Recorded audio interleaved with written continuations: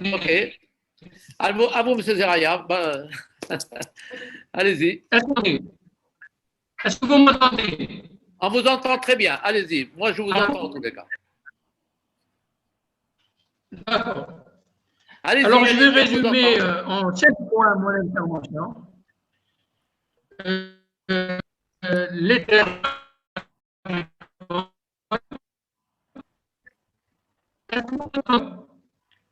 la rareté de l'eau, les changements climatiques, en 80. Le cinquième, c'est pour les émissions. C'est bon? Est-ce que vous m'entendez? On vous entend Non, c'est très, assuré. très, très bien, mais essayez de parler un peu plus fort. Bon, je vais essayer mon portable pour l'augmenter. On entend pas bien. Mon haut-parleur est au maximum. Alors, le premier point, en ce qui concerne les terres agricoles. Très bien. Je vais parler au niveau mondial tout en se référant à l'Algérie. Les terres émergées et cultivables seraient de à peu près 13 milliards d'hectares.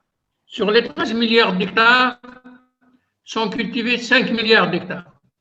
Sur 5 milliards d'hectares, il y a 1 milliard d'hectares qui est urbanisé c'est-à-dire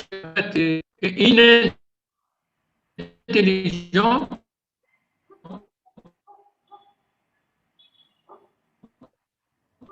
C'est qu'il n'y a plus de terre.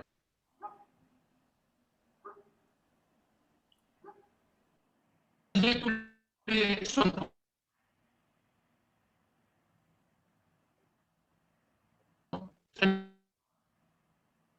progrès agricole, donc il n'y a pas à battre. Sauf que nous avons joué le résultat de cette tactique, pas beaucoup de temps, beaucoup de techniques, et puis c'est l'environnement qui subit le d'où l'agroécologie, l'écologie.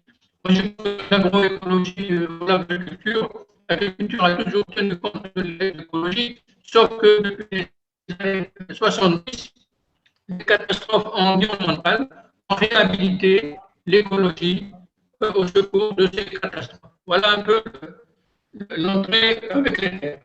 L'eau, même chose. 72% des surfaces de la planète, 72% sont occupés par l'eau.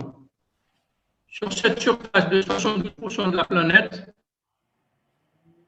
98% de cette eau est salée. À peu près 98 pour donner le chiffre exact, ce serait 97,2. Donc il ne reste que 2,8% d'eau douce. Donc l'eau, elle est rare dès le départ. Elle est pas. On ne le voyait pas parce que la population était. Dans la population mondiale va vers les 10 milliards, ça commence à devenir un peu perceptible.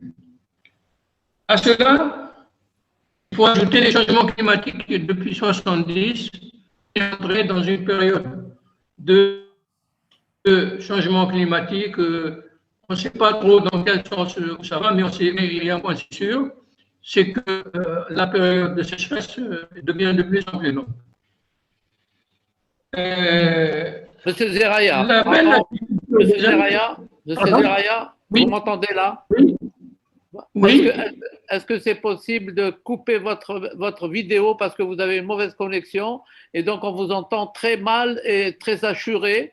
Essayez d'enlever votre vidéo et parler sans vidéo. L'augmentation de la population, plus, et ça donne une idée, l'agricole a manqué, que nous avons trouvé le reste du boulot.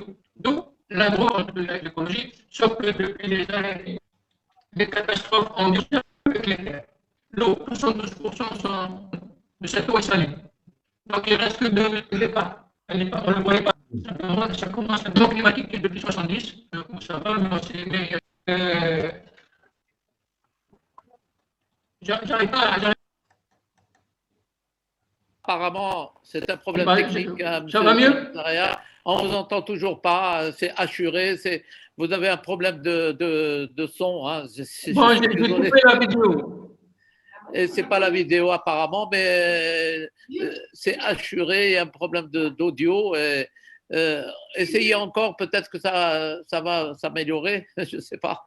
Alors, je résume pour les terres agricoles. Vous m'entendez? Très bien, là ça va. Bon, pour les terres agricoles, 13 milliards d'hectares au niveau de la planète cultivables, il n'y en a que 5 qui sont cultivés, et tous les 100 ans, il y a 1 milliard qui est construit. Voilà le problème. Le deuxième point, l'eau. 72% de la surface du globe est couverte d'eau, sauf que 97,2% de cette eau est salée. Il ne nous reste que 2,8% d'eau douce. C'est bon? C'est bon? Allez-y, c'est bon, on vous entend bien. Voilà. Le troisième point, les changements climatiques. En Europe, 3000 espèces des années 60 qui ont fait l'or de l'agriculture européenne ne fonctionnent plus. Ils ne résistent plus à 3 jours de sécheresse. C'est comme le maïs maintenant, il est abandonné et remplacé par le sorgho parce que les nappes en descendu sont trop basses. En ce qui nous concerne, il faut savoir que la température chez nous a évolué de 1,5 degré entre 1930 et aujourd'hui, alors que la moyenne mondiale, elle a évolué autour de 1 degré maximum. Bon, mais c'est des moyennes, hein. Ce qui fait que chez nous, les températures sont beaucoup plus extrêmes qu'ailleurs. Ceci dit, le problème de la sécurité alimentaire qui se pose, c'est le quatrième point. Ce n'est pas un problème de production au niveau mondial, puisque en 1960 jusqu'à 2000, on est arrivé à avoir le trop-plein alimentaire au niveau du monde. On est arrivé à 3000 kilocalories par jour et par habitant, alors que le besoin moyen de l'habitant n'est que de 2200. Mais c'est la mauvaise répartition de cette production qui donne 1 milliard de gens qui sont dans la faim dans les territoires du Sud et 1 milliard de gens obèses qui sont dans les territoires du Nord. Ajoutez à ça, en 2008, avec la crise des suprêmes, il y a eu une malversation dans la transformation des produits agricoles qui ont été transformés en biocarburants, ce qui a permis au blé de doubler son prix et les autres oléagineux à être transformés en biocarburants. Donc, il y a un problème de géopolitique en ce qui concerne la sécurité alimentaire et c'est un module qui doit être introduit au local. Quelle est la solution? Alors, tout à l'heure, le collègue qui vient de me précéder a bien posé le problème au niveau du système racinaire. Effectivement, les recherches doivent revenir à ces stades-là. Pourquoi? Parce qu'il y a une déviation scientifique. Non pas parce que les ingénieurs sont plus forts que les scientifiques. Il y a de brillants ingénieurs et il y a de minables scientifiques, on le sait, mais ce n'est pas un principe général. Le principe général, c'est que les années 70, les budgets de la recherche ont été détournés pour la recherche, pour la génétique. Et on n'a pas encouragé la biologie végétale. Et je pense à l'écophysiologie. Ce que vient de relever le collègue sur le système racinaire, bien, ce n'est pas très étudié ou ce n'est pas étudié du tout. On étudie la plante, l'appareil aérien, et même l'appareil aérien, on va chercher un rameau sur le terrain, on laisse la plante sur place et on vient faire les recherches au laboratoire sans les connaissances, sans le système de l'arbre ou sans le système de la plante. Donc tout ça, ça va changer, ça doit changer. Il faut étudier les plantes in situ et travailler. Et il y a des gens sérieux qui travaillent là-dessus et qui n'ont pas la chance d'avoir notre pays. Ils ont pris les pays d'un autre, c'est les Israéliens. C'est un pays très semi-aride et ils sont exportateurs mondiaux. Qu'on ne vienne pas me dire que l'Algérie n'est pas un pays agricole. Israël est un pays semi-aride. L'Algérie, elle a des étages humides, subhumides, arides, semi-arides, et dans l'aride et semi-aride, il y a des milliers de mètres cubes, des milliards de mètres cubes d'eau. Donc, on a les potentialités agricoles. Ce qui doit changer, c'est que c'est fini l'agriculture pluviale. Classe. On ne peut plus compter là-dessus pour nourrir une population de 50 millions d'habitants. Il faut une agriculture dirigée, apporter de l'eau. Les plantes doivent être sélectionnées.